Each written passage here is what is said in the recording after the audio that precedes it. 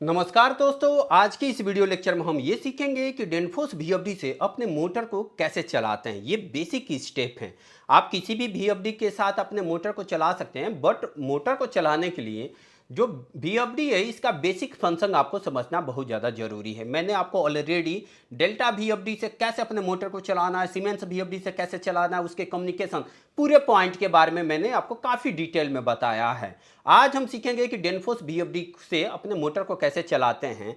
हालांकि डेनफोर्स की वीएफडी है जो मैं एक लेक्चर में या फिर जो आप वीडियो देख रहे हैं इतना में ही समाप्त नहीं कर सकते हैं, इसको अलग अलग पार्ट में बनाना होगा। तो इस पार्ट में इसके बेसिक स्टेप देखेंगे कि अगर मुझे अपने इस वीएफडी से अपने इस मोटर को चलाना है तो बेसिक स्टेप क्या होंगे। और इसके लिए आपका जो वीएफडी है इसके जो कीज पॉइंट दिए रहते हैं आपको इसको समझना पड़ेगा, सो डैट आप इस कीपैड का यूज करके आप अपने वीएफडी से अपने मोटर को चला पाएं। तो चलिए मैं थोड़ा सा कीपैड के बारे में यहाँ पे बता देता हूँ। अगर मैं इसका पावर ऑन करता हूँ तो देखेंगे कि ये पावर ऑन हो चुका है और यहाँ पे एलसीपी लिख के आया। अब इस पूरे पैनल को ना दोस्तों, जहाँ पे ये कीपैड दिया हुआ, ये डिस्प्ले दिया, इस पूरे पैनल को एलसीपी बोलते हैं। एलसीपी बोलने का मतलब local control mode, L for local, C for control और पी फॉर पैनल। तो इसी को हम कई जगह एलसीपी बोलते हैं। डेनफोर्स के वीएफडी के साथ काम करोगे तो इसको एलसीपी बोलते हैं। आप सीमेंस के साथ काम करते हैं उसको बीओपी बोलते हैं, बेसिक ऑपरेटर पैनल। तो अलग अलग नाम है, इग्नोर दिस। बट अब डेनफोर्स के साथ काम करेंगे तो एलसीपी बोलते हैं। एलसीपी का फुल फॉर्म होता है लोकल कंट्रोल पैनल। अगर मैं इसके कीज की बात करूं, थोड़ा सा हम इसके बारे में समझ लेते हैं, तब जाकर अपने मोटर को हम चलाएंगे। तो देखेंगे कि यहाँ पे मेनू दिखाया है। इस मेनू को मैं प्रेस करके यहाँ पे स्टेटस पे जा सकता हूँ, क्विक मेनू पे जा सकता हूँ और मेन मेनू पे जा सकता हूँ।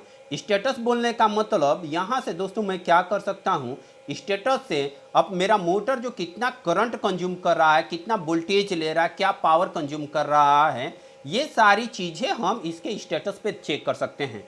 अभी देखेंगे कि इसके अलावा क्विक मेनू है। क्विक मेनू अगर मैं स्टेटस पे देखना चाहते हैं, ये एरो ये बताता है कि आप कहाँ पे हैं करंट टाइम पे। कई बार लोगों से ये पूछ दिया जाता है कि डेनफोर्स के वीएफडी में अगर आपको पैरामीटर सेटअप करना है तो बोलते हैं मेन मेनू को 2 टाइम प्रेस करो। ये बोलना गलत होता है। अगर आप क्विक मेनू पे हैं तो 2 बार मेनू प्रेस करेंगे तो स्टेटस पे आ जाएंगे। आप कहाँ पे हैं ये पॉइंट, ये एरो बताता है। अगर आपको इसमें पैरामीटर सेटअप करना हो तो मेन मेनू में आना होता है।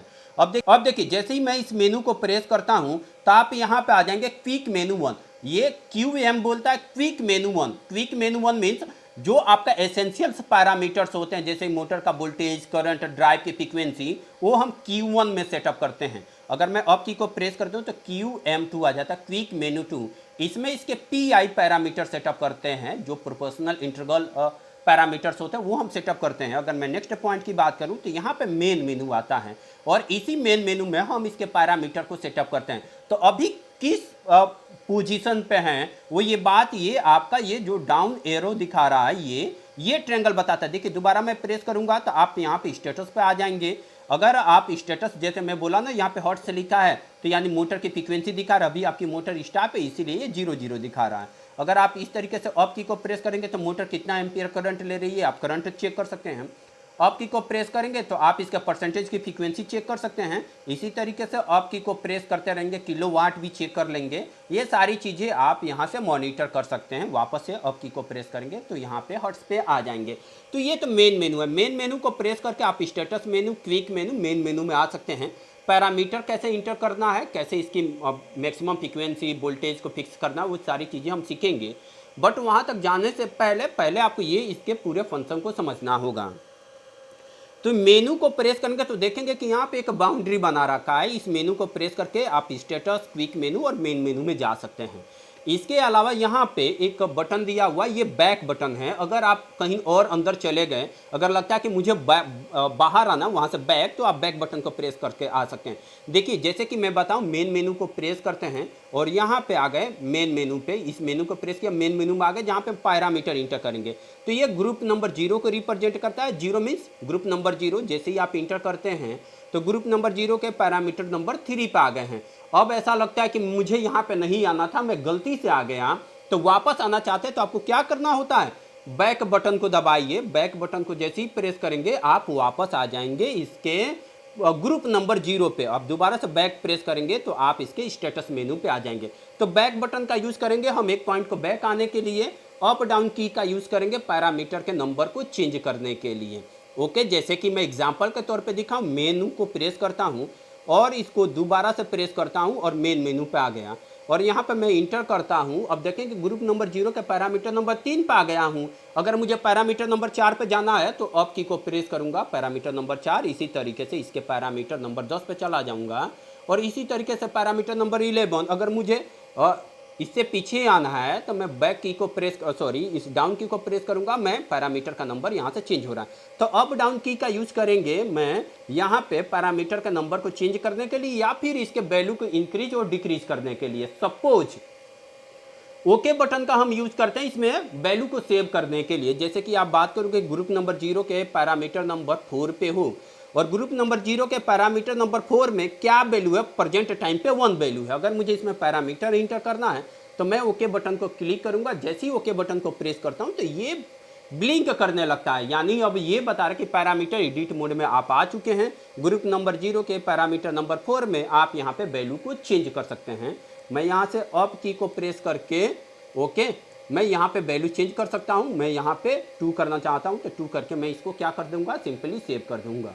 तो मैं ओके बटन का यूज करूंगा वैल्यू को सेव करने के लिए। किसी पैरामीटर में मैं वैल्यू को सेव करना चाहता हूं तो वहां से मैं क्या करूंगा, ओके बटन का यूज करूंगा। अब मुझे यहां से बैक आना तो क्या कर सकते हैं, 2 ऑप्शन है, सीधे सीधे आप मेनू की को प्रेस करके आप स्टेटस पे आ जाएंगे, अदरवाइज बैक बटन को प्रेस करके बैक आ सकते हैं। मैं बैक बटन को प्रेस किया तो देखेंगे कि बैक आ गया, दोबारा से बैक प्रेस करता हूं तो स्टेटस मेनू पे आ जाऊंगा। तो ये मेरे पास, ये आपने इस बटन का काम समझा। इसके अलावा मैं बात करूं तो ये इसका खुद का पोटेंशियोमीटर है।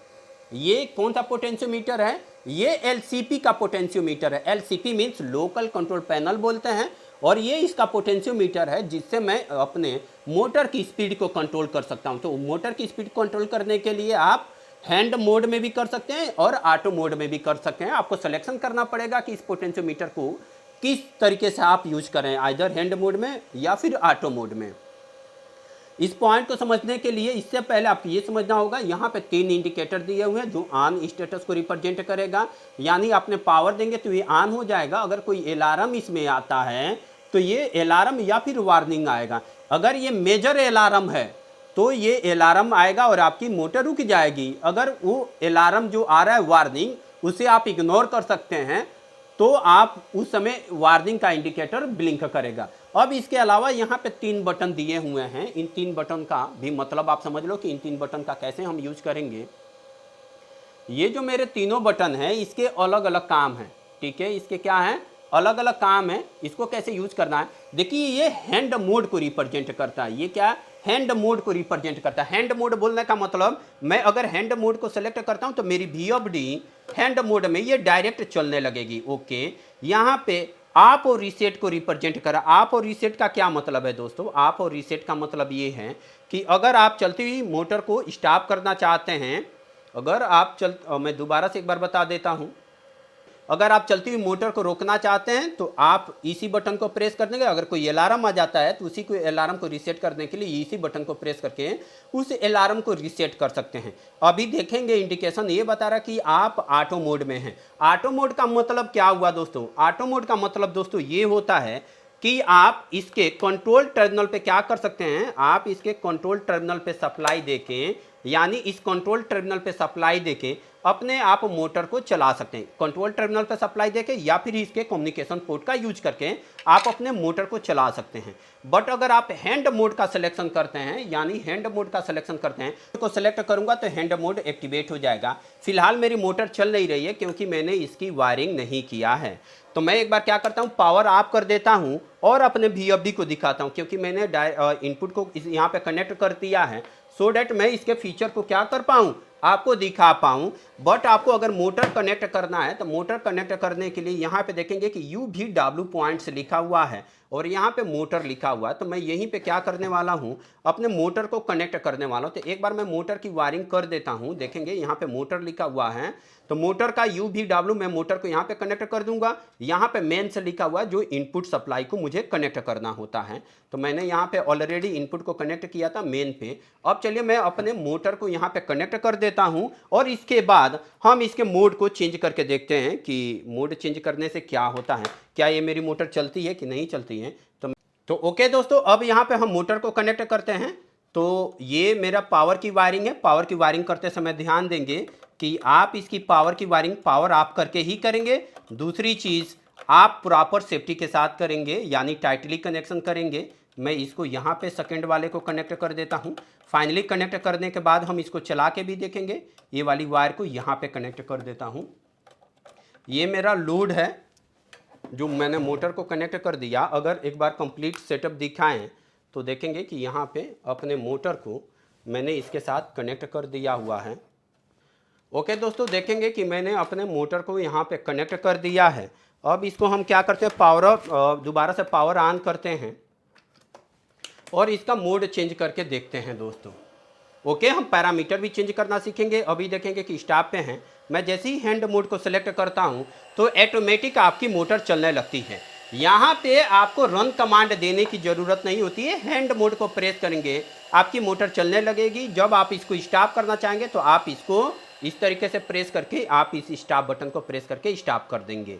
अब दोबारा से अगर मुझे चलाना होगा हैंड मोड में तो मैं इसको प्रेस करूंगा, आपकी मोटर चलने लगेगी। अगर इस मोटर की स्पीड को कंट्रोल करना चाहते हैं तो आप ये पोटेंशियोमीटर इसका यूज कर सकते हैं। ये इसका पोटेंशियोमीटर है, एलसीपी का पोटेंशियोमीटर।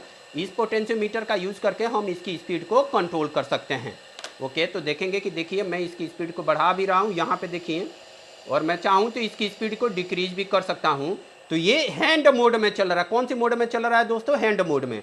अगर मैं यहाँ से ऑटो मोड को सेलेक्ट करूँगा तो यहाँ पे मुझे इसकी वायरिंग करनी पड़ेगी, और इसका चाहे तो मैं कम्युनिकेशन से चला सकता हूँ, चाहे तो इसकी वायरिंग करके चला सकता हूँ। हम नेक्स्ट वीडियो में ये सीखेंगे दोस्तों कि जो मेरी डेनफोर्स VFD है इसमें एक्चुअली पैरामीटर कौन कौन से ग्रुप है, कैसे पैरामीटर इंटर करने हैं, कौन से इसके क्विक पैरामीटर्स में कौन कौन से पैरामीटर्स आएंगे, और इसकी कंट्रोल की वायरिंग कैसे करेंगे। हम नेक्स्ट वीडियो